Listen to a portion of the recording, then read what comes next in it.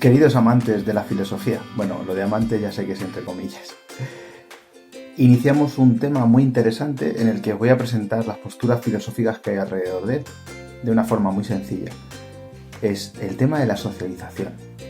Vamos a ver, decía Aristóteles, que el hombre aislado o es un bruto, una bestia, o un dios.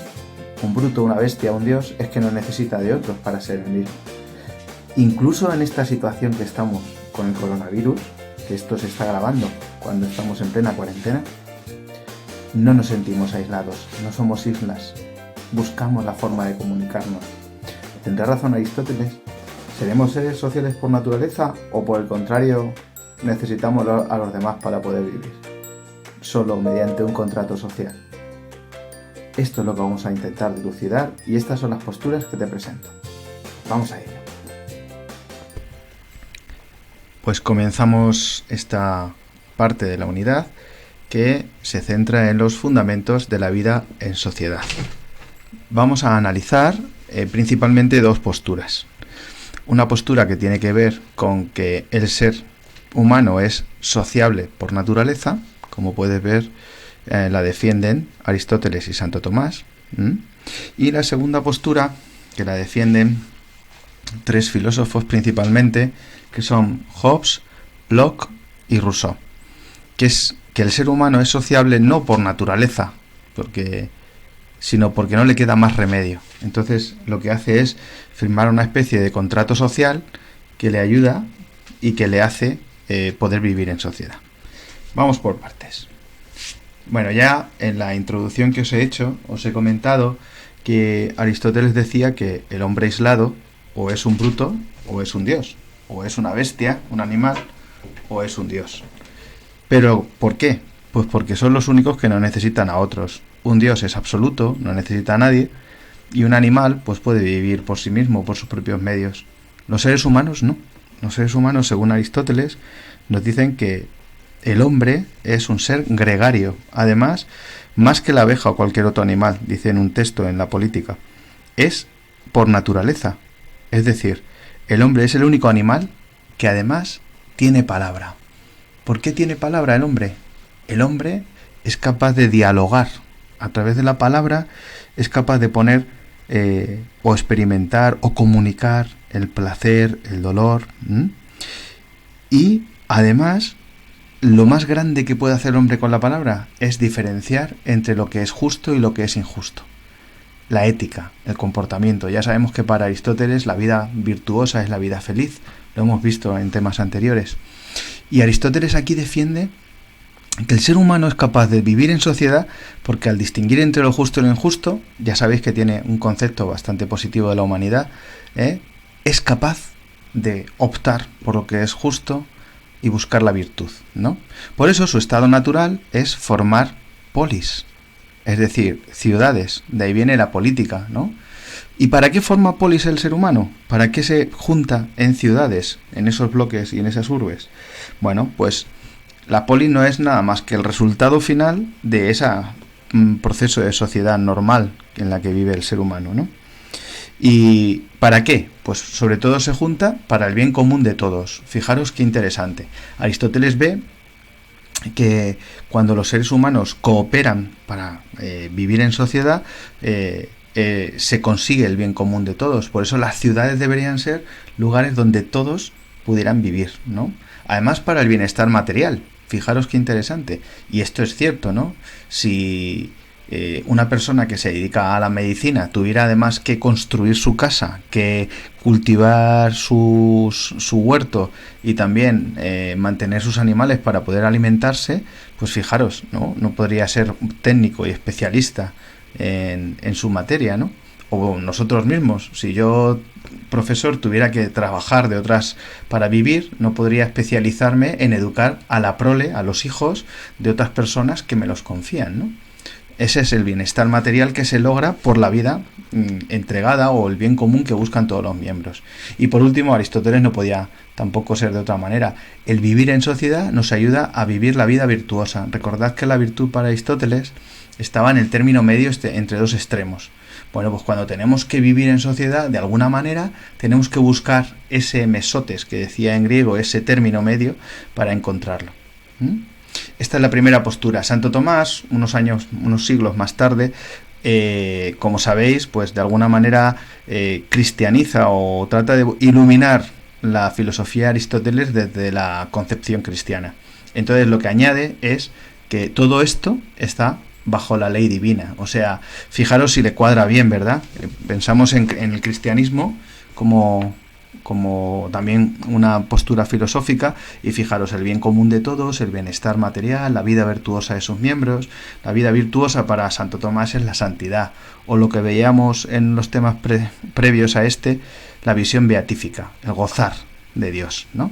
Bueno, pues este es el primer bloque de filósofos que piensan que lo normal en el ser humano está inscrito en su naturaleza, es ser gregario, es ser capaz de vivir en sociedad y formar polis. Esta es la primera clave. Vamos con la segunda. Hemos dicho que el ser social no es sociable por naturaleza del ser humano, ¿no? Para estos autores que vienen ahora, porque ellos piensan, lo volveremos a repetir al final, que existe un estado primigenio, un estado pues teórico, un estado de naturaleza en la que se encuentran los individuos antes de formarse la vida en sociedad. Y ahí suceden cosas, cada uno lo ve de una manera. Ahora vamos a ver, hay algunos que ven que hay mucha maldad y por eso hay que hacer un contrato social, y hay otros que ven que hay bondad y hay que hacer también un contrato social. Vamos a verlo. Empezamos por Thomas Hobbes. Hobbes es contemporáneo de la filosofía de Descartes. No sé si recordamos toda la Edad Moderna, ¿no? Lo curioso de Hobbes es que se centra sobre todo en el materialismo, ¿no? Y él busca exponer que en ese estado de naturaleza previo del que estamos hablando, ¿no? El hombre no le queda más remedio que vivir en sociedad, porque en ese estado previo de naturaleza lo que reina es el reino del egoísmo, no existe la paz, hay miedo por si vienen a atacarme. De hecho, su frase mítica es: el hombre es un lobo para el hombre, como veis aquí, ¿no? El hombre es un lobo para el hombre, ¿no? Y esa es la clave, ¿no? Entonces, ¿qué tiene que hacer el ser humano? Pues no le queda otra que firmar un contrato social para poder vivir en sociedad y renunciar, ¿no? Dice una frase suya: si en el estado de naturaleza la libertad de un hombre es tan grande como hemos dicho, si él es señor absoluto de su propia persona, de sus posesiones, en igual medida que pueda serlo el más poderoso, y si no es súbdito de nadie, ¿por qué decide mermar su libertad? ¿Por qué renuncia a su imperio y se somete al control de otro? Pues por esto que os digo, por el egoísmo, porque no puede haber paz, porque siempre va a haber lucha, ¿no? Y entonces alguien tiene que poner un límite. Hace falta el Estado, que con la ley se cede el poder. Y además él dice que la única manera de lograrlo es a través de un ego absoluto, de alguien que sea el más fuerte, reconocido por todos, o sea que está de alguna manera defendiendo una monarquía absoluta. Recordad que esta época moderna pues también es un poco tortuosa en todas estas monarquías que están surgiendo absolutas. Hemos visto en España estarían los reyes católicos, ¿no? Y su descendencia y todo esto, ¿no? Entonces, de alguna manera, él filosóficamente justifica este tipo de estado. Vamos con el segundo. Sería John Locke. Aquí tenemos a Locke, que dice que principalmente para él, en ese estado primigenio, pues hay bastantes dificultades, sobre todo dos, ¿no? Dice que, en primer lugar, la propiedad privada, ¿no? O sea, todo el mundo tiene una especie de derecho a coger y apropiarse de cosas. Entonces la propiedad privada es lo que promulga, ¿no?, ese estado presocial. Y entonces claro, cuando alguien entra en mi propiedad privada, yo castigo, ¿no? Entonces esto hace que se esté en un estado constante de guerra, no hay paz, porque claro, todo el mundo quiere ambicionar lo que tiene el otro, la propiedad privada. ¿Y cómo se puede frenar esto? ¿Y cómo puede haber alguien que lo pare? Bueno, pues él va a decir de alguna manera que el contrato que hay que establecer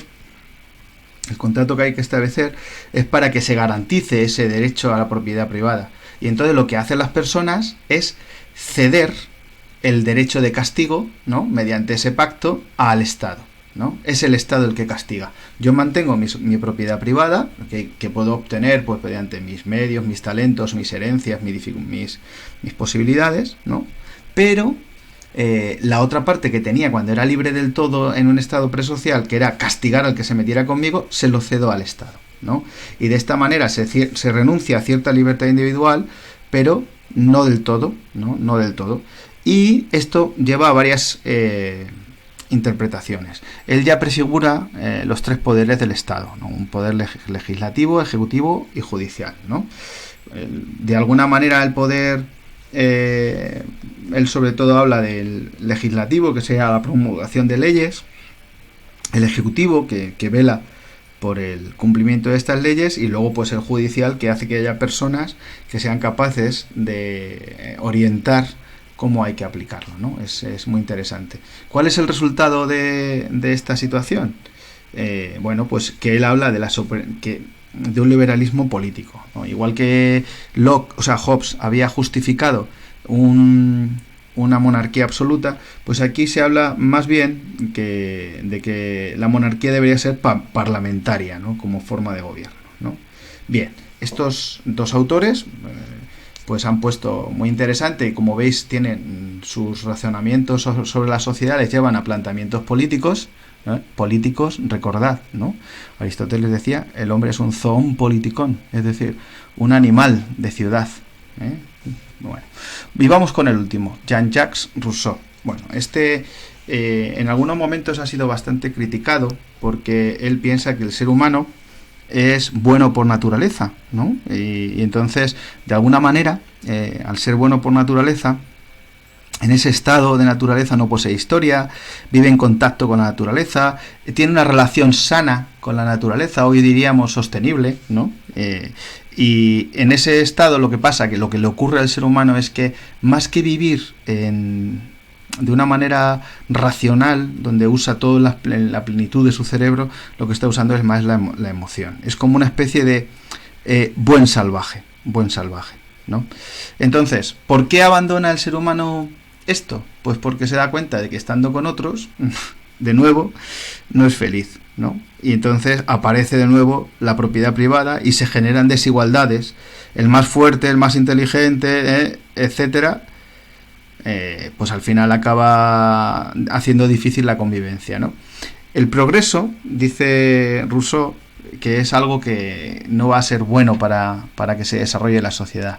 Entonces, él propone que se haya una especie de contrato, de pacto, en el que se propicie la vuelta a esa situación inicial, pero añadiendo que en este pacto todos deberíamos ser iguales, ¿no? Entonces, haya que una especie de soberanía popular. El pueblo es el que tiene el poder, de alguna manera, y se firma un pacto para fomentar la libertad, ¿vale? Y entonces, decir que todo es de todos, que haya una voluntad general de vivir, las libertades civiles son reflejos de esa voluntad general, y presupone pues esa idea moderna que tenemos actualmente de democracia, ¿vale? Esto sería un poco los antecedentes de nuestra democracia actual, ¿no? El pueblo tiene el poder, elige a sus gobernantes por sufragio, ¿verdad? Bueno, estas son las posturas. Este estado de Rousseau, bueno, pues su objetivo sería alcanzar la justicia social y el bienestar de todos los ciudadanos, porque él no ve malo, no ve que sea malo o dañino para el desarrollo del ser humano el estado presocial en el que todos somos de alguna manera buenos salvajes.